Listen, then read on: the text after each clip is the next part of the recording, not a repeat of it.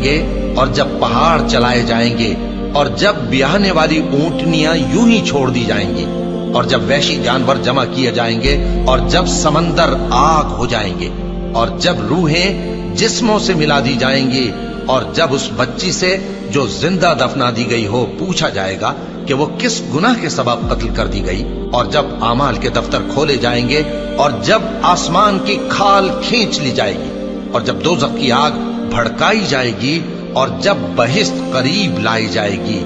تب ہر شخص معلوم کر لے گا کہ وہ کیا لے کر آیا ہے۔ پس میں ان ستاروں کی قسم کھاتا ہوں جو پیچھے ہٹ جاتی ہیں اور جو سیر کرتے اور غائب ہو جاتی ہیں، اور رات کی قسم جب وہ پھیلنے لگتی ہے، اور صبح کی قسم جب وہ نمودار ہوتی ہے، کہ بے شک یہ قرآن اس فرشتہ عالی مقام کا سنایا ہوا پیغام ہے جو صاحب قوت ہے، مالک عرش کے ہاں